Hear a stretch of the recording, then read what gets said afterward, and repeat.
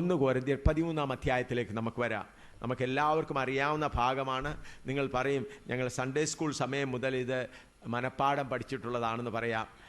ഞാനും ഇത് അങ്ങനെ സൺഡേ സ്കൂൾ പഠിച്ചുകൊണ്ടിരിക്കുമ്പോൾ 1 കൊരിന്ത്യർ 13 അധ്യായം പഠിച്ചതാണ്. ഞങ്ങളുടെ എനിക്ക് വളരെ സന്തോഷമുള്ളതായ ഒരു ഭാഗമാണ് 1 കൊരിന്ത്യർ 13 അധ്യായം.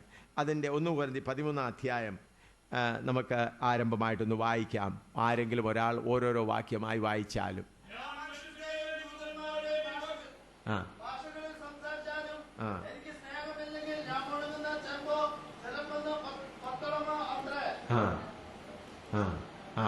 നെക്സ്റ്റ്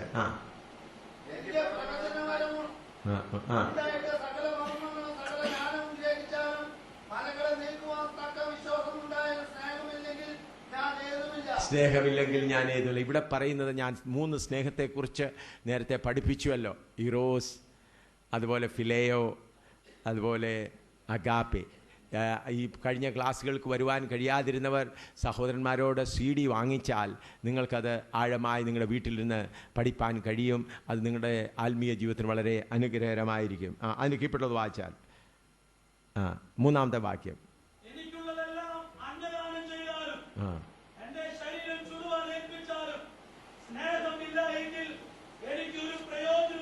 സ്നേഹമില്ല എങ്കിൽ എനിക്കൊരു പ്രയോജനവുമില്ല. ഇവിടെ നിന്ന് അല്പം പറയാൻ ആഗ്രഹിക്കുന്നു. സ്നേഹം എന്ത് ചെയ്യുന്നു? ദീർഘമായി ക്ഷമിക്കുന്നു. സ്തോത്രം. ഇത് സഹോദരന്മാർ തമ്മിലുള്ള കാര്യമാണ് പറയുന്നത്. ഒരു സഹോദരൻ, കർത്താവ് പറഞ്ഞു, നിന്റെ സഹോദരൻ നിന്നോട് തെറ്റ് ചെയ്താൽ എത്ര പ്രാവശ്യം ക്ഷമിക്കണം? 70 വട്ടം. എത്ര? 1 വർഷമോ ഒരു ജീവമൂലമോ? ഒരു ദിവസം 770. 770 ആകുമ്പോൾ എത്ര പ്രാവശ്യമായി? 490 490. ഒരു ദിവസത്തെ നമ്മുടെ വർക്കിംഗ് അവേഴ്സ് എത്ര മണിക്കൂറാണ്? 8 മണിക്കൂർ. 8 മണിക്കൂറിന് എത്ര മിനിറ്റ് ഉണ്ട്? 6-40 480 മിനിറ്റ് ഉണ്ട്. 480 മിനിറ്റിനുള്ളിൽ എത്ര പ്രാവശ്യം ക്ഷമിക്കണം? 490. അപ്പോൾ ഈ ക്ഷമിക്കുക എന്നുള്ളത് ഫുൾ ടൈം വർക്കാണ്. ഫുൾ ടൈം വർക്കാണ്. അപ്പോൾ ഒരു സഹോദരൻ നമ്മോട് വന്ന് തെറ്റ് ചെയ്തെന്ന് പറഞ്ഞാൽ നാം അവനെ ക്ഷമിപ്പാൻ, അവനോട് ക്ഷമിക്കുവാൻ കഴിവുള്ളവരായിരിക്കണം. ഹല്ലേലൂയ.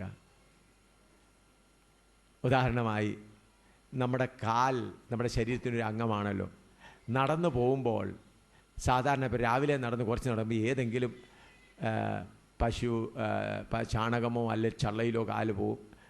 ഉടനെ നമ്മൾ വന്നിട്ട് വഴക്ക് പറഞ്ഞിട്ടാണോ അതിനെ കഴുകുന്നത്? അല്ല. അത് കഴിഞ്ഞ് കുറച്ച് കഴിഞ്ഞ് പിന്നെയും പോകുമ്പോൾ പിന്നെയും ആകും. അപ്പോൾ ഇത് എപ്പോഴും നിൻ്റെ ജോലി ഇത് തന്നെയാണോ എന്ന് പറഞ്ഞ് നമ്മളതിനെ എന്ത് ചെയ്യുക? വഴക്ക് പറഞ്ഞ് മാറ്റി വയ്ക്കുന്നു. അല്ല, എത്ര പ്രാവശ്യം കാലിൽ അഴുക്ക് വന്നാലും നമ്മൾ എന്ത് ചെയ്യുന്നു?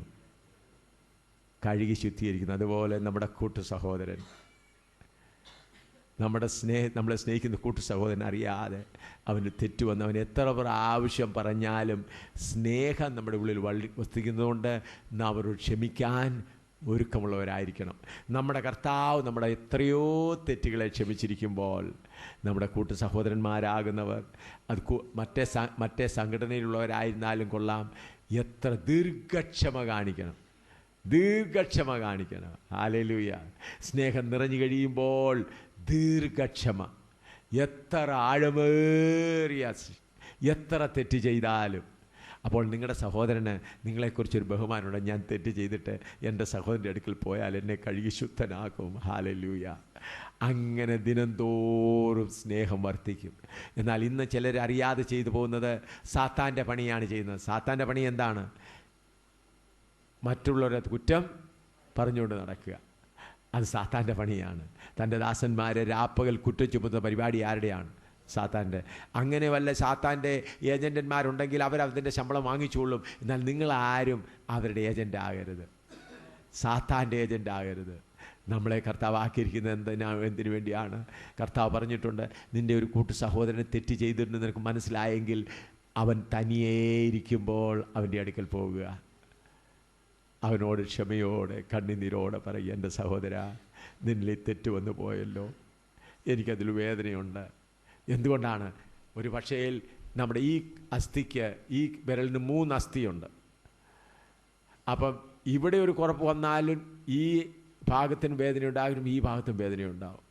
അപ്പോൾ നമ്മുടെ പ്രിയ സഹോദരനൊരു തെറ്റ് വന്നാൽ കുറ്റം പറയാല്ല, അതിനെക്കുറിച്ചൊരു വേദനയാണ് നമുക്കുണ്ടാകുന്നത്. ഒരു വേദനയുണ്ടാകുക. ഹല്ലേലൂയ. അങ്ങനെ വേദനയുള്ളവരായി തീരുമ്പോൾ ആണ് ദീർഘക്ഷമ. എന്നെ കർത്താവ് ഇത് പഠിപ്പിക്കുവാൻ വളരെ കഷ്ടങ്ങളിൽ കൂടെ, വളരെ പ്രതികൂലങ്ങളിൽ കൂടെ കടന്നു പോകേണ്ടതായിട്ട് വന്നു. വളരെയധികം ഈ ദീർഘക്ഷമ പഠിപ്പിക്കുവാൻ. അതുകൊണ്ട് പ്രിയമുള്ളവരെ, അത് വിവരിക്കുവാൻ സമയമില്ല. ദീർഘക്ഷമ പഠിപ്പിക്കുവാൻ കർത്താവ്. എന്നാൽ ഞാനും എൻ്റെ ഭാര്യയും ഇരിക്കെ ഒരു കാര്യം കർത്താവ് ദീർഘക്ഷമ പഠിപ്പിച്ചത് എങ്ങനെയാണ് എന്നുള്ളത് ഒരു ചെറിയ കാര്യം ഞാൻ നിങ്ങളെ ഓർമ്മിപ്പിക്കട്ടെ. ഞങ്ങൾ ഉദംപൂരിൽ കർത്താവിൻ്റെ വേല ചെയ്തുകൊണ്ടിരിക്കുമ്പോൾ, ഇപ്പോൾ ഞാൻ ജമ്മുവിൽ താമസിക്കുന്നു, എൻ്റെ ഭാര്യ ഡൽഹിയിൽ മകളുടെ കൂടെ താമസിക്കുന്നു, എല്ലാവരും വേലയിലായിരിക്കുന്നു. ഇപ്പോൾ ഭാര്യ എൻ്റെ കൂടെ ഇവിടുത്തെ പ്രവർത്തനത്തിനായി, ഇവിടുത്തെ കേരളത്തിലെ സന്ദർശനത്തിനായി വന്നിട്ടുണ്ട്. ഞങ്ങൾ ഉദംപൂരിൽ പ്രവർത്തിച്ചുകൊണ്ടിരിക്കുമ്പോൾ അവിടെ ഹിന്ദുക്കളിൽ നിന്നും ഗ്രാമപ്രദേശങ്ങളിൽ ധാരാളം പേര് വരും. അപ്പോൾ ധാരാളം പേര് വരുമ്പോൾ അവർ നടന്നാണ് വരുന്നത്. അപ്പോൾ എല്ലാ ദിവസവും ഞായറാഴ്ച അവർ യോഗം കഴിഞ്ഞ് പോകുമ്പോൾ അവർക്ക് 10-12 മൈലുകളൊക്കെ നടന്നു പോകേണ്ടത് കൊണ്ട് എൻ്റെ ഭാര്യ രാവിലെ 4 മണിക്ക് എഴുന്നേറ്റ് അവർക്കെല്ലാവരും ആഹാരം ഒരുക്കി വയ്ക്കും. വരുന്ന വിശ്വാസികൾക്കെല്ലാമല്ല, ഗ്രാമങ്ങളിൽ നിന്ന് ദൂരെ നിന്ന് വരുന്നത്. കാരണം നമ്മുടെ ബസ്സുകളൊന്നും ഇല്ലാതെ നടന്നു പോകേണ്ടതേ ഉള്ളൂ. അപ്പോൾ വെള്ളം ഞങ്ങൾ വെളുപ്പിനെ എഴുന്നേറ്റ് പിടിച്ചൊക്കെ വയ്ക്കും. എൻ്റെ ഭാര്യ 4 മണിക്ക് എഴുന്നേറ്റ് ആഹാരം എല്ലാ ഞായറാഴ്ചയും രാവിലെ എഴുന്നേറ്റ് 8 മണിക്ക് മുൻപ് ആഹാരം എല്ലാം ഒരുക്കി വയ്ക്കും. അപ്പോൾ ഞങ്ങൾ താമസിക്കുന്ന ഞങ്ങളുടെ പ്രാർത്ഥനാലയത്തിൻ്റെ തൊട്ടടുത്ത് മുസ്ലിം കുടുംബത്തിന് രക്ഷിക്കപ്പെട്ടു വന്ന ഒരു കുടുംബമുണ്ട്. അവരെ സഹായിച്ച് മുൻപോട്ടെല്ലാം കൊണ്ടുവന്നത് ഞങ്ങളിൽ കൂടെയാണ് മുൻപോട്ട് വന്നത്. എന്നാൽ ആ സഹോദരൻ കരീം എന്ന് പറഞ്ഞ സഹോദരനും ഭാര്യയും ഒരു സഭയിലെ എൽഡർ പോലെ പ്രവർത്തിക്കുന്നവരായിരുന്നു. എന്നാൽ ഒരു ഞായറാഴ്ച ആരാധന കഴിഞ്ഞ് ഞങ്ങൾ വെളിയിലോട്ട് വന്ന് നോക്കിയപ്പോൾ കരീം സഹോദരനും ഭാര്യയും തമ്മിൽ വലിയ വഴക്ക് നടക്കുകയാണ്. കരീം സഹോദരൻ്റെ കയ്യിലൊരു മഴുകുണ്ട്, ഭാര്യയുടെ കയ്യിൽ ഇഷ്ടികയുണ്ട്. അവരങ്ങോട്ടും ഇങ്ങോട്ടും അങ്ങനെ വലിയ തവണ ഞാൻ അവരെ രണ്ടുപേരെയും വിളിച്ചിട്ട് പറഞ്ഞു, ഇനി നിങ്ങൾ സഭയുടെ മുൻപിൽ വന്നിരിക്കേണ്ട, എൽഡറായിട്ടിരിക്കേണ്ട, നിങ്ങളുടെ തമ്മിലുള്ള വഴക്ക് തീർന്നിട്ട് മതി. ഇതറിഞ്ഞപ്പോൾ വേറൊരു യൂണിയൻ ചെസ് എന്ന് പറഞ്ഞവർ ഇങ്ങനെ അറിഞ്ഞു. അപ്പോൾ ഇവരെങ്ങനെ ഒരു മെമ്പേഴ്സിനെ കിട്ടാനായിട്ട് അവിടെ വന്ന് അവരെ പിടിച്ചു. അപ്പോൾ അവരുടെ മെമ്പറായി തീർന്നു. അപ്പോൾ എങ്ങനെയെങ്കിലും ഞങ്ങളെ അവരെ അവിടെ നിന്ന് ഓടിക്കണം എന്നുള്ള നിലയിലാണ് ഇവർ പ്രവർത്തിച്ചുകൊണ്ടിരിക്കുന്നത്. അപ്പോൾ ഒരു ദിവസം ഞങ്ങളിങ്ങനെ ഞായറാഴ്ച ആരാധന കഴിഞ്ഞ് എൻ്റെ ഭാര്യ കിച്ചണിലോട്ട് വന്ന് ആഹാരം വിളമ്പാൻ നോക്കുമ്പോൾ ഈ കരീമിൻ്റെ മകൻ ഷദ്രക്ക് എന്ന് പറയുന്ന ആൾ അവിടെയൊക്കെ കക്കൂസ് ഫ്ലഷ് ഔട്ട് അല്ലായിരുന്നു അന്ന്, ലാട്രിൻ ഓരോ ടിന്ന് വെച്ചിട്ട് അതിനിരിക്കും, അതെല്ലാം കൂടെ ലാട്രിൻ അഴുക്കെല്ലാം മലമെല്ലാം കൂടെ ഒരു ബക്കറ്റിനകത്തിട്ട് വെള്ളമെല്ലാം എടുത്തിട്ട് ഞങ്ങളുടെ കിച്ചണിലോട്ട് മുഴുവനായിട്ട് അങ്ങ് എറിഞ്ഞു ബക്കറ്റിൽ കൂടെ. അപ്പം അവിടെയുള്ള വെള്ളവും ഒരുക്കിയിരുന്ന ആഹാരം മുഴുവനും അങ്ങ് മലിനമായി. അപ്പോൾ ദൂരെ നിന്ന് വന്ന സഹോദരന്മാരൊക്കെ ഉണ്ട്, അവർക്ക് ആഹാരം കൊടുക്കണം. അപ്പോൾ അവിടെ ഉണ്ടായിരുന്ന ആ DC എന്ന് പറയുന്ന സഹോദരൻ സതീഷ് എൻ്റെ ജൂനിയറായിരുന്നു, ക്യാപ്റ്റനായിരിക്കുമ്പോൾ എൻ്റെ ജൂനിയറായിരുന്നു. എന്നാൽ അവൻ ഷോർട്ട് സർവീസ് ആയിരുന്നു. ഷോർട്ട് സർവീസ് കമ്മീഷൻ അവന് സെലക്ഷൻ കിട്ടാഞ്ഞതുകൊണ്ട് പിന്നെ അവന് IAS കൂടെ വന്ന് ഉദംപൂരിലെ കളക്ടറായിട്ടിരിക്കുകയാണ്. അപ്പോൾ അവനെന്നെ നല്ലോണം അറിയാം, എൻ്റെ ജൂനിയറായിരുന്നു. എന്നെ വന്ന് കണ്ടിട്ടുമുണ്ട്. അപ്പോൾ ഞാൻ വിചാരിച്ചു സതീഷിനോടൊന്ന് പറയാം, ഇവരെ വന്നൊന്ന്, അവിടുത്തെ കളക്ടറാണ്, ഇവരെ വന്നൊന്ന് ബുദ്ധി ഉപദേശിക്കുക. ഞാനപ്പോൾ ടെലിഫോൺ കറക്റ്റ് 3 നമ്പർ കറക്കിയാൽ മതി. 1 കറക്റ്റ് ചെയ്തു, 2 കറക്കി, 3-ാമത്തെ എൻ്റെ അകത്തു നിന്നൊരു ശബ്ദം, നീ ഇന്നും ക്യാപ്റ്റനാണോ അതോ കർത്താവിൻ്റെ ദാസനാണോ എന്നുള്ളൊരു ചോദ്യം എൻ്റെ മനസ്സിൽ വന്നു. പെട്ടെന്ന് ഞാൻ ആ ടെലിഫോൺ അവിടെ വെച്ചു, അവനോട് പറഞ്ഞില്ല. സ്തോത്രം പറഞ്ഞുകൊണ്ട് ആ കിച്ചണിനുള്ളതായ മലമെല്ലാം വൃത്തിയാക്കി വെളിയിൽ നിന്ന് വന്ന പ്രിയപ്പെട്ടവർക്ക് ബ്രെഡ് മേടിച്ചു കൊടുത്ത് അവരെ പറഞ്ഞു വിട്ടു. പിറ്റേ ഞായറാഴ്ച ഞങ്ങൾ പ്രാർത്ഥനയോടെ ഇരിക്കുകയാണ്, കർത്താവേ കുഴപ്പങ്ങളൊന്നും ഉണ്ടാകരുതേ, ഇവരൊന്നും ചെയ്യരുതേ എന്നിരിക്കുന്നു. പിറ്റേ ഞായറാഴ്ചയും ആഹാരം വിളമ്പാനായിട്ട് എൻ്റെ ഭാര്യ ആ നെറ്റുള്ള കതക് തുറക്കുകയും അതുപോലെ തന്നെ മുഴുവനും കൊണ്ടങ്ങെറിഞ്ഞു. ശാന്തമായി അന്നും ക്ലീൻ ചെയ്തു. അതിൻ്റെ അടുത്ത ആഴ്ച വ്യാഴാഴ്ച മുതൽ ഉപവാസത്തോടും പ്രാർത്ഥനയോടും ഇരിക്കുകയാണ്, എങ്ങനെയെങ്കിലും കർത്താവേ ഇനിയെങ്കിലും അവർ ചെയ്യരുത്. ആ 3-ാമത്തെ ആഴ്ചയും അങ്ങനെ തന്നെ. അപ്പോൾ എൻ്റെ ഭാര്യ ഒരിടത്ത് വന്നിരുന്നു, ഈ കർത്താവേ, ഭാര്യ ഓർക്കുന്നൊന്നും എനിക്ക് അറിഞ്ഞുകൂടാ, എൻ്റെ കർത്താവേ ഇനി എങ്ങനെയാണ് ഇവിടെ വേല ചെയ്യുന്നത്? അപ്പോൾ ഞാൻ ചോദിച്ചു, കർത്താവേ എന്താണിങ്ങനെ? അപ്പോൾ കർത്താവിനോട് പറഞ്ഞു, ഈ 2 പ്രാവശ്യവും നീ അവരോട് വഴക്കിന് പോയില്ലെങ്കിലും നിൻ്റെ ഹൃദയത്തിലൊരു കയ്പുണ്ടായിരുന്നു. കർത്താവ് പറഞ്ഞു, ആ കയ്പ് നീ മാറ്റണം. എനിക്ക് കാര്യം മനസ്സിലായി. ഞാൻ ചിരിച്ചുകൊണ്ട് ഞാൻ തന്നെ കഴിയിട്ട് അവരതിൻ്റെ തൊട്ടടുത്ത അവരോട് കൈകൊപ്പി ജയമസീക്കി എന്ന് സ്നേഹത്തോടെ പറയാനിടയായി. അവർ ഭാര്യയും ഭർത്താവുമായി എറിഞ്ഞ മകനും കൂടെ കരഞ്ഞുകൊണ്ട് വീഴാനിടയായി. അപ്പോൾ എന്നെ ദീർഘക്ഷമ പഠിപ്പിക്കാൻ ദൈവത്തിന് എന്ത് ചെയ്യേണ്ടി വന്നു? ആ കരീമിനെയും അവൻ്റെ മകനെയും AM ശ്യാമുൽ ക്യാപ്റ്റൻ ശ്യാമുലാണെന്ന് പറഞ്ഞ് വലിയ ബഹളത്തിൽ നടക്കുന്നവനെ ദീർഘക്ഷമ പഠിപ്പിക്കാൻ കർത്താവ് കണ്ട പരിപാടിയാണത്. ഹല്ലേലൂയ. ഞാൻ അവരോട് സ്നേഹത്തോടെ സംസാരിപ്പാനിടയായി. പ്രിയമുള്ളവരെ, ക്രിസ്തുവിൻ്റെ സ്വഭാവം നമ്മിൽ വരണം. അതിനുവേണ്ടിയാണ് ഇങ്ങനെയുള്ള എത്ര സംഭവങ്ങൾ ഉണ്ടായിട്ടുണ്ട്, ദീർഘക്ഷമ പഠിപ്പിക്കുവാൻ. ഒരു പ്രാവശ്യം ഞങ്ങൾ പോയിട്ട് വന്ന് യോഗങ്ങൾക്കെല്ലാം പോയിട്ട് വന്നപ്പോൾ എനിക്ക് വിവരം കുറിച്ച് അതിനുശേഷം ഈ സംഭവം നടന്നിട്ട് ഒരു വർഷം കഴിഞ്ഞ ശേഷമാണ്. അവർ ഞങ്ങളുടെ കൂട്ടായ്മയിൽ വന്നിട്ടില്ല, എന്നാലും അവർ മറ്റവരോടുകൂടെ തന്നെ കൂട്ടായ്മയിൽ പോയിക്കൊണ്ടിരിക്കുന്നു. അവർ വേറൊരു ഗ്രൂപ്പായി മാറി. അങ്ങനെ ഇരിക്കുമ്പോൾ ഞങ്ങളെ അവിടുന്ന് ഓടിക്കണം എന്നുള്ള രീതിയിൽ ഞാൻ എവിടെയോ ശുശ്രൂഷയ്ക്ക് വേണ്ടി പോയിരിക്കുമ്പോൾ അവർ വന്ന് പറഞ്ഞു, മദ്രാസി നിങ്ങളിവിടുന്ന് ഇറങ്ങിപ്പോയിക്കൊള്ളണം എന്ന് പറഞ്ഞ് കഥകിനൊക്കെ തല്ലാനൊക്കെ തുടങ്ങി. അപ്പോൾ ഞാൻ മടങ്ങി വന്നപ്പോൾ എൻ്റെ ഭാര്യയും മറ്റുള്ള അവിടെയുള്ള ദാസന്മാരെല്ലാം പറഞ്ഞു, ഇവർ നമ്മളെ ഇറക്കാനായിട്ട് ശ്രമിച്ചുകൊണ്ടിരിക്കുകയാണ്. അതുകൊണ്ട് ഞാൻ പറഞ്ഞു, ഞാൻ ക്ഷീണിച്ചു വന്ന് എനിക്ക് പെട്ടെന്നൊരു ചായ തരാൻ പറഞ്ഞു. ഞാൻ ചായ കുടിച്ചിട്ട് ഞാൻ നേരെ അവരുടെ വീട്ടിലേക്ക് പോയി. അടുത്താണ്. അവരുടെ വീട്ടിലേക്ക് പോയിട്ട് ആ സഹോദരനോടും ഭാര്യയോടും പറഞ്ഞു, നിങ്ങൾ 1 മണിക്കൂർ സമയം ഞങ്ങൾക്ക് തരികയാണെങ്കിൽ ഞങ്ങൾക്ക് ആവശ്യമുള്ള കുറച്ച് വസ്ത്രങ്ങളും അത്യാവശ്യമുള്ള കുറച്ച് കിച്ചൻ്റെ സാധനങ്ങളും കൂടെ ഞങ്ങൾ പാക്ക് ചെയ്തിട്ട് ഞങ്ങൾ പൊയ്ക്കൊള്ളാം. അല്ല, നിങ്ങൾക്ക് 1 മണിക്കൂർ തരാൻ സമയമില്ലെങ്കിൽ അരമണിക്കൂർ തരികയാണെങ്കിൽ ഞങ്ങൾക്ക് അത്യാവശ്യമുള്ളത് വസ്ത്രം മാത്രം എടുത്തുകൊണ്ട് പോയിക്കൊള്ളാം. അത്രയും നിങ്ങൾക്ക് തരാൻ സമയമില്ലെങ്കിൽ ഒരു സ്ഥലം ഞങ്ങൾ പോന്നു. വേദപുസ്തകം എൻ്റെ കയ്യിലുണ്ട്.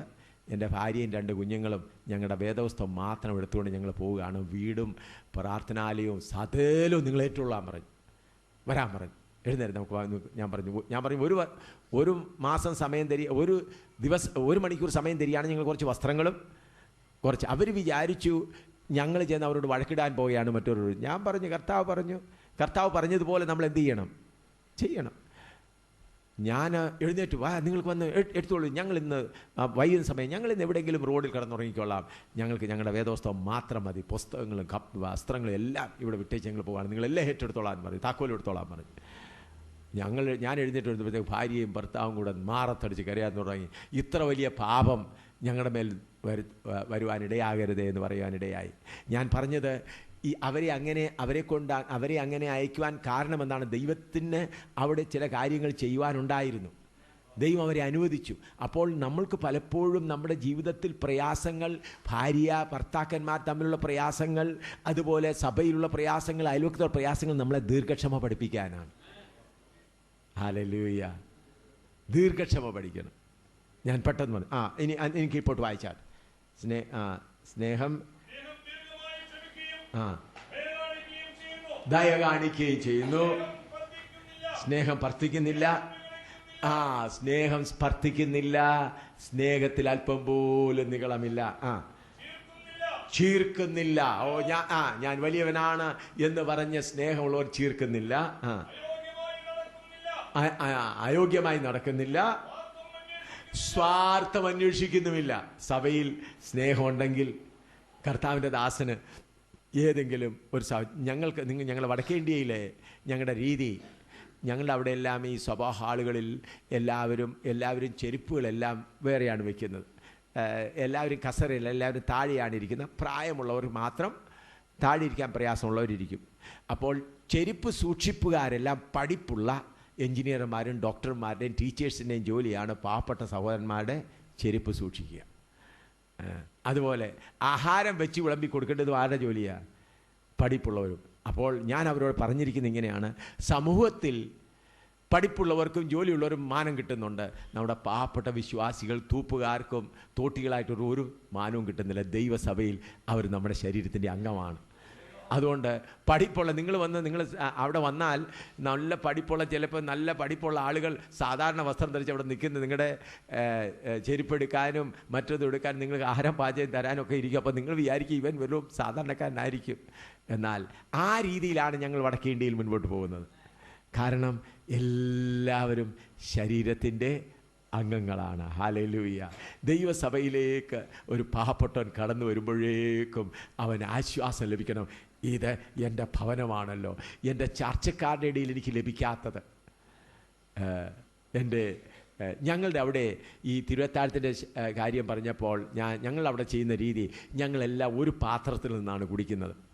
അതിൻ്റെ കാരണം ഹിന്ദുക്കളുടെ ഇടയിൽ വലിയൊരു പ്രശ്നമുണ്ട്. ബ്രാഹ്മണന്മാർ മറ്റുള്ളവരിൽ നിന്ന് വെള്ളം പോലും കുടിക്കുകയില്ല. ബ്രാഹ്മണന്മാരും ക്ഷൂദ്രന്മാരും എല്ലാവിധ ജാതി. ഇവിടെ നമ്മൾ കേരളത്തിൽ ആ പ്രയാസമില്ലല്ലോ. ഞങ്ങളവിടെ ക്രിസ്ത്യാനികളെന്ന് പറഞ്ഞാൽ തോട്ടികളെന്നാണ് എണ്ണുന്നത്. അപ്പോൾ അവരെല്ലാവരെയും സ്നേഹത്തെ ഞാൻ പറയും,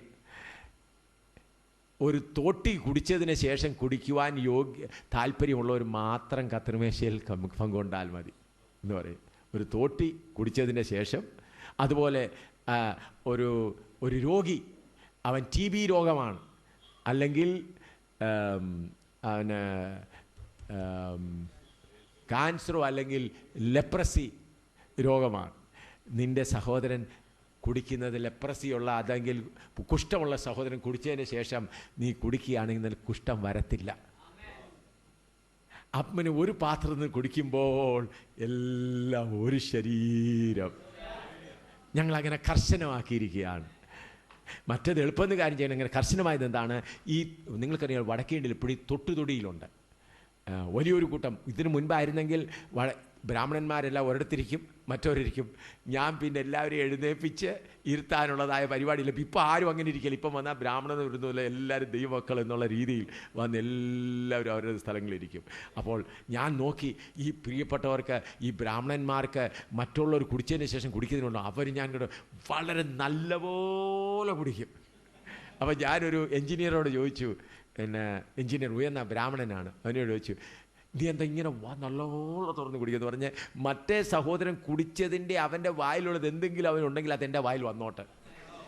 അത്ര സ്നേഹം എന്ന് പറയുന്നത്. അല്ല, ഞങ്ങളിത് കുടിച്ചതിന് ശേഷം ആ കൂട്ടായ്മ ആ പാത്രത്തെ തുടയ്ക്കുകയില്ല. എന്താണ് ആ സ്നേഹത്തെ തുടച്ച് മാറ്റാനുള്ളതല്ല. അല്ലെങ്കിൽ ഒരാൾ കുടിച്ചു കഴിഞ്ഞിട്ട് മറ്റൊരാളെന്ത് കുടിക്കും, ഞങ്ങൾ ആ തുടയ്ക്കാൻ പോലും അനുവദിക്കുകയില്ല. എന്താണ്, തുടച്ചിട്ട് കുടിക്കേണ്ട, അല്ലാത്തൊരു എടുത്താൽ മതി. കാരണം ക്രിസ്തുവിൻ്റെ ശരീരമാകുന്ന, ഇവിടെയാണെങ്കിൽ നിങ്ങളെല്ലാവരും അങ്ങനെ ഉയർന്ന ജാതി മറ്റുള്ളതെന്നുള്ള, അത് നിങ്ങളുടെ സാഹചര്യം പോലെ ചെയ്യുന്നതിന് എനിക്കതിനെതിരില്ല. എന്നാൽ ഞങ്ങളുടെ അവിടെ കർശനമാണിത്. ഒരു സഭയിലും 2 കപ്പ് പാടില്ല, 1 പാടുള്ളൂ. കൂടുതൽ ആളുകളുണ്ടെങ്കിൽ 2ഓ 3ഓ ആകാം. കാരണം എല്ലാവരും കുടിക്കാൻ. കാരണം എന്താണ്, ആ കൂട്ടായ്മ. ഞാൻ എൻ്റെ സഹോദരനുമായിട്ടുള്ള കൂട്ടായ്മ. അവൻ ഉയർന്ന ജാതിയാണോ, അവൻ താണ ജാതിയാണോ, അവന് രോഗിയാണോ, അതൊന്നുമല്ല ചിന്ത. എൻ്റെ ശരീരമാകുന്ന അത് വെറും നാമധേയ രീതിയിലല്ല. അപ്പോൾ അങ്ങനെ താല്പര്യമുള്ളവർ മാത്രമേ കത്രിമേശയിൽ പങ്കെടുക്കുകയുള്ളൂ. കാരണം കത്രിമേശയിൽ കൂടെ നമ്മുടെ വിശുദ്ധി മാത്രമല്ല, തമ്മിലുള്ള സ്നേഹം കൂടെ വെളിപ്പെടുവാനിടയാകണം. ഹല്ലേലൂയ. അങ്ങനെ സ്നേഹം എന്ത് ചെയ്യുന്നില്ല, സ്പർദ്ധിക്കുന്നില്ല, സ്വാർത്ഥം അന്വേഷിക്കുന്നില്ല. സ്നേഹം ഒരു കാലത്തും സഭയിൽ ഒരു സ്ഥാനം അന്വേഷിക്കുകയില്ല. Hallelujah, hallelujah. സഭയിലോ സംഘടനയിലോ ഒരു സ്ഥാനം അപേക്ഷിക്കുകയില്ല. സ്തോത്രം. സ്നേഹം ഒരു സ്ഥാനത്തിനും ആഗ്രഹമില്ല. എൻ്റെ സഹോദരൻ പോകട്ടെ, എൻ്റെ അടുത്ത സഹോദരൻ പോകട്ടെ, എൻ്റെ അടുത്ത സഹോദരൻ പോകട്ടെ, മറ്റവന് ലഭിക്കട്ടെ. വായിച്ചാൽ ദേഷ്യപ്പെടുന്നില്ല. ദോഷം കണക്കെടുത്തിൽ ഏതെങ്കിലും തെറ്റ് ചെയ്താൽ അത് അടുത്ത ആഴ്ചയിലോ അതിൻ്റെ അടുത്ത ആഴ്ചയിലൊക്കെ ഓർത്തിരിക്കാൻ സമയമില്ല. സ്നേഹം സകലത്തെയും എന്ത് ചെയ്യുന്നു, മറക്കുന്നു. എൻ്റെ പ്രിയ സഹോദരൻ അറിയാതെ പറഞ്ഞുപോയി. ഞങ്ങളവിടെ ഞാൻ പഠിപ്പിക്കുന്നത്, ഏതെങ്കിലും സഹോദരൻ പോകുന്ന വഴി മറ്റേ സഹോദരൻ കണ്ടിട്ട് മിണ്ടാതെ പോയെങ്കിൽ നീ ഓടിച്ചെന്ന് ആ സഹോദരൻ മുമ്പിൽ ചെന്ന് നിൽക്കണം. നീ നിന്നിട്ട് ആ സഹോദരൻ്റെ കൈ പിടിച്ച്, സഹോദര, നീ എന്നെ കണ്ടിട്ട് അങ്ങ് ചിരിക്കാതെ പോയത് എന്താ, ഏതോ കുഴപ്പമുണ്ട്, എന്നോട് ക്ഷമിക്കുക, നമുക്ക് കാര്യം തീർക്കാം. അങ്ങോട്ടും ഇങ്ങോട്ടും ചുംബനം ചെയ്ത് കരഞ്ഞിട്ട് സ്നേഹത്തോടെ കരഞ്ഞിട്ട് പോകാനിടയാവും. ഞാൻ കണ്ടിട്ടുണ്ട്, ഞാനൊരു ബാലനായിരിക്കുമ്പോൾ എൻ്റെ മാതാവും പിതാവും അവരൊക്കെ ചന്തയിലൊക്കെ പോകുമ്പോഴും ശോശാമ്മയോ അന്നാമ്മയോ അല്ലെങ്കിൽ ചാക്കോച്ചനോ മത്തായി സഹനോ തമ്മിൽ കാണുമ്പോൾ സ്തോത്രം പറയും മാത്രം കെട്ടിപ്പിടിച്ച് ചുംബനം ചെയ്ത് അവർ രണ്ടുപേരുടെയും കണ്ണുകൾ നിറയുന്നത് ഞാൻ കണ്ടിട്ടുണ്ട്. Hallelujah, hallelujah. ഒരു ഹല്ലേലൂയ പറയുക മാത്രമല്ല, ആ സ്നേഹം, തമ്മിലുള്ള സ്നേഹം. ഹല്ലേലൂയ. ഞാൻ കഴിഞ്ഞ ദിവസം പറഞ്ഞല്ലോ, സ്നേഹത്തിൽ വസിക്കുന്നവൻ ദൈവത്തെ അറിയുന്നു, ദൈവം അവനിൽ വസിക്കുന്നു. ഹല്ലേലൂയ. നമ്മൾ വേരൂന്നി നിൽക്കേണ്ടത് സ്നേഹത്തിലാണ്. കീഴ്പോട്ട് വായിച്ചാൽ, അനീതിയിൽ സന്തോഷിക്കാതെ സത്യത്തിൽ സന്തോഷിക്കുന്നു, എല്ലാം പൊറുക്കുന്നു. കൂട്ടു സഹോദരൻ എന്തെല്ലാം പറഞ്ഞാലും എന്തെല്ലാം ചെയ്താലും എൻ്റെ സഹോദരൻ അതറിയാതെ ഏതോ ഒരു പക്ഷേ വീട്ടിൽ അവൻ ഏതെങ്കിലും ഒന്ന് പറഞ്ഞെങ്കിൽ ഒരു പക്ഷേ വീട്ടിൽ അവൻ്റെ ഭാര്യയുമായിട്ട് എന്തെങ്കിലും പ്രയാസം ഉണ്ടായിട്ടായിരിക്കും വന്നിരിക്കുന്നത്. അതുകൊണ്ടാണ് എൻ്റെ സഹോദരൻ അങ്ങനെ പറഞ്ഞത്. സാരമില്ല, ഞാൻ അല്പം കഴിഞ്ഞിട്ട് സഹോദര എന്താ ഇത്ര ചൂടായി സംസാരിച്ചത്, എന്താ ഇത്ര സ്നേഹത്തോടെ സംസാരിച്ചത്, കൈ തന്നപ്പോൾ ആ കൈ തന്നപ്പോൾ അത്ര ചൂട് അനുഭവിച്ചില്ലല്ലോ, എന്താണ് അങ്ങനെ തോന്നിയത്, വെറുതെ എന്ന് തോന്നിയപ്പോൾ ആ സഹോദരനെ വീണ്ടും ചെന്ന് കണ്ട് എന്ത് ചെയ്യണം? സ്നേഹം, ആ സ്നേഹത്തെ പുതുക്കിക്കൊണ്ട് പോകണം. അത് കഴിഞ്ഞിട്ട് എല്ലാം വിശ്വസിക്കുന്നു. സ്തോത്രം. ഒരു സ്നേഹം നമ്മുടെ ഹൃദയത്തിൽ വന്നു കഴിഞ്ഞാൽ മറ്റൊരു പറഞ്ഞതെല്ലാം എന്ത് വിശ്വസിക്കും. അതിൻ്റെ പുറത്ത് ശരിയാണോ തെറ്റാണോ എന്ന് ചോദിക്കാൻ പോകയില്ല. മറ്റേത് അവൻ എന്നെ പറഞ്ഞ് കളിപ്പിച്ചാണോ, അങ്ങനെ കളിപ്പിക്കായിക്കോട്ടെ, സാരമില്ല. എൻ്റെ സഹോദരൻ പറഞ്ഞത് ഞാൻ വിശ്വസിക്കുന്നു, എൻ്റെ സഹോദരി പറഞ്ഞത് ഞാൻ വിശ്വസിക്കുന്നു. സ്നേഹമല്ല, അതിലേതെങ്കിലും തെറ്റായിപ്പോയെങ്കിൽ ക്ഷമിപ്പാൻ ഞാൻ ഒരുക്കമാണ്. കാരണം 490 പ്രാവശ്യം എന്ത് ചെയ്യണം? ഒരു ദിവസം തന്നെ ക്ഷമിക്കണം. ഒരു ദിവസം തന്നെ എത്ര പ്രാവശ്യം ക്ഷമിക്കണം പറഞ്ഞാട്ട്? 490 പ്രാവശ്യം ഒരു ദിവസം ക്ഷമിക്കണം. അങ്ങനെ വല്ല ക്ഷമിക്കേണ്ട ആവശ്യം വരുന്നുണ്ടോ നിങ്ങൾ പറഞ്ഞാട്ട്? 490 പ്രാവശ്യം തെറ്റ് ചെയ്യുന്ന വല്ലവരും ഉണ്ടോ? ഇല്ല. ഒരു ദിവസം 490 പ്രാവശ്യം ചെയ്തില്ല. അപ്പം അതിൻ്റെ പറഞ്ഞ അർത്ഥം എന്താ? നമ്മുടെ പ്രിയ സഹോദരനോ സഹോദരി എന്ത് പറഞ്ഞാലും നമ്മൾ എന്ത് ചെയ്യണം? ക്രിസ്തുവിൻ്റെ ശരീരമായി അവരെ എണ്ണിക്കൊണ്ട് അവരോട് ക്ഷമിക്കണം. എല്ലാം പ്രത്യാശിക്കുന്നു. ഹല്ലേലൂയ. എല്ലാം സഹിക്കുന്നു. പ്രിയമുള്ളവരെ, ഞാൻ കഴിഞ്ഞ ദിവസം പറഞ്ഞല്ലോ, നമുക്ക് സ്നേഹമെന്ന് പറയുന്നത് അഗാപ്പേ സ്നേഹമുണ്ട്, ഫിലേയോ സ്നേഹമുണ്ട്, ഇറോസ് എന്ന് പറഞ്ഞാൽ ലൈംഗികമായ സ്നേഹം, ഫിലേയോ സഹോദര സ്നേഹം. അതെല്ലാം ഒരു ചെറിയ ബക്കറ്റിലോ ഗ്ലാസ്സിലോ ഉള്ള സ്നേഹമാണ്. ഓരോ ചെറിയ ബക്കറ്റിനകത്ത് വെള്ളം കൊണ്ട് നടക്കുന്നത് പോലെ നമ്മൾക്ക് വേണ്ടി കുടിക്കുന്നതാണ്. എന്നാൽ അഗാപ്പേ സ്നേഹം എന്ന് പറഞ്ഞാൽ സമുദ്രത്തിലെ അനുഭവമാണ്. ഹല്ലേലൂയ. എൻ്റെ സ്നേഹം എൻ്റേതെന്നുള്ളത് പൂർണ്ണമായി മാറി സമുദ്രത്തിൽ നാം നീന്തി കളിക്കുന്നത് പോലെയുള്ള ആഴമായ അനുഭവമാണ് അഗാപ്പേ സ്നേഹം. ഹല്ലേലൂയ. നമ്മുടെ കർത്താവ് നമ്മളെക്കുറിച്ച് ആഗ്രഹിക്കുന്ന അപ്രകാരമാണ്. വായിച്ചാൽ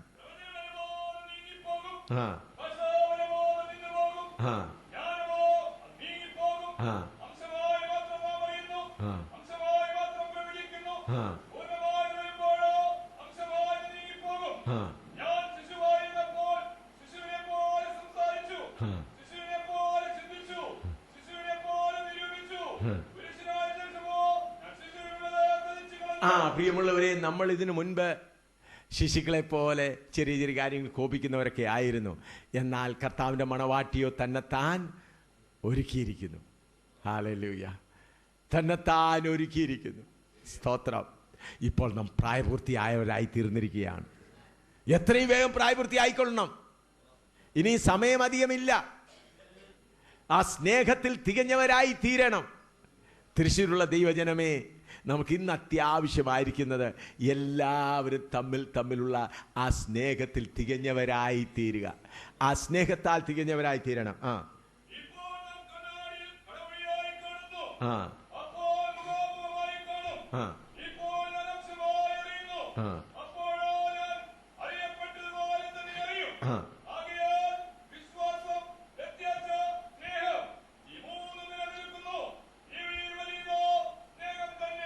ഇതിൽ ഒരുപാട് കാര്യങ്ങൾ പറയാനുണ്ട്.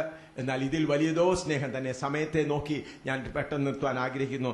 റോമാലേഖനം 8-ാം അധ്യായത്തിന്റെ 35 മുതൽ ഉള്ള വാക്യങ്ങൾ വായിക്കാം. റോമാലേഖനം 8:30 റോമൻസ് 8:35-39. ശരിയാണ് പാസ്റ്റർ വായിക്കുന്നത്.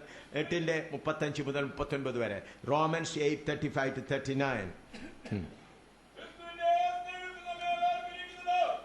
ക്രിസ്തുവിന്റെ സ്നേഹത്തിൽ നിന്ന് എന്നെ വേർപിരിക്കുന്നല്ല എഴുതിയിരിക്കുന്നത്. ഹല്ലേലൂയ. എല്ലാവരും ശ്രദ്ധിക്കണേ. പലപ്പോഴും നാം അറിയാതെ എന്നെ വേർപിരിക്കുന്ന ചിന്തിച്ചു പോകും. എന്നാൽ ക്രിസ്തുവിന്റെ സ്നേഹത്തിൽ നാം എല്ലാവരും ഒന്നിച്ച് ഒരു ശരീരമായി യോജിപ്പിക്കപ്പെട്ട് ക്രിസ്തുവിന് മുൻപാകെ നിൽക്കുകയാണ്. ഹല്ലേലൂയ. ക്രിസ്തുവിന്റെ സ്നേഹത്തിൽ നിന്ന് നമ്മെ വേർപിരിക്കുന്നത് ആർ? കഷ്ടതയോ,